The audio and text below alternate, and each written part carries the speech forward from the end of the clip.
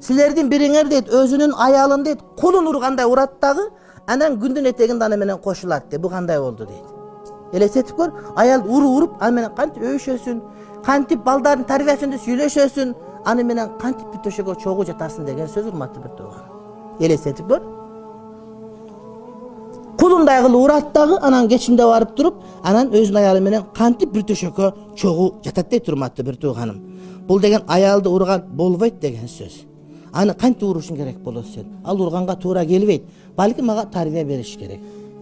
Шариятта урса болот деген сөздүн мааниси айтканбыз урматтуу бир туугандар, урду деген кыймыл аракет болуп гана, самандын сабагын алып гана ошо менен жан башына бир-эки неме кылып койсо, кой мен урду деген гана түшүнүк келип калат деген маани. Бирок аны көгөртүп урган, көгөрө турган жерин урган, башка кылган тепкен, анан докторго түшүп кала турган деген сөз бул бизге жат көрүнүш.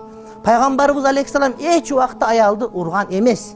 Мына ошол бизге сүннөт болуш керек урматтуу бир туугандар. Ваан эми аял тили күчүндө, тили канчалык күчтүү болсо уруштун кереги жок деген сөз да. Кээ бирлер ушинтип айтты мага, ушинтти, ошого урдум дейт да.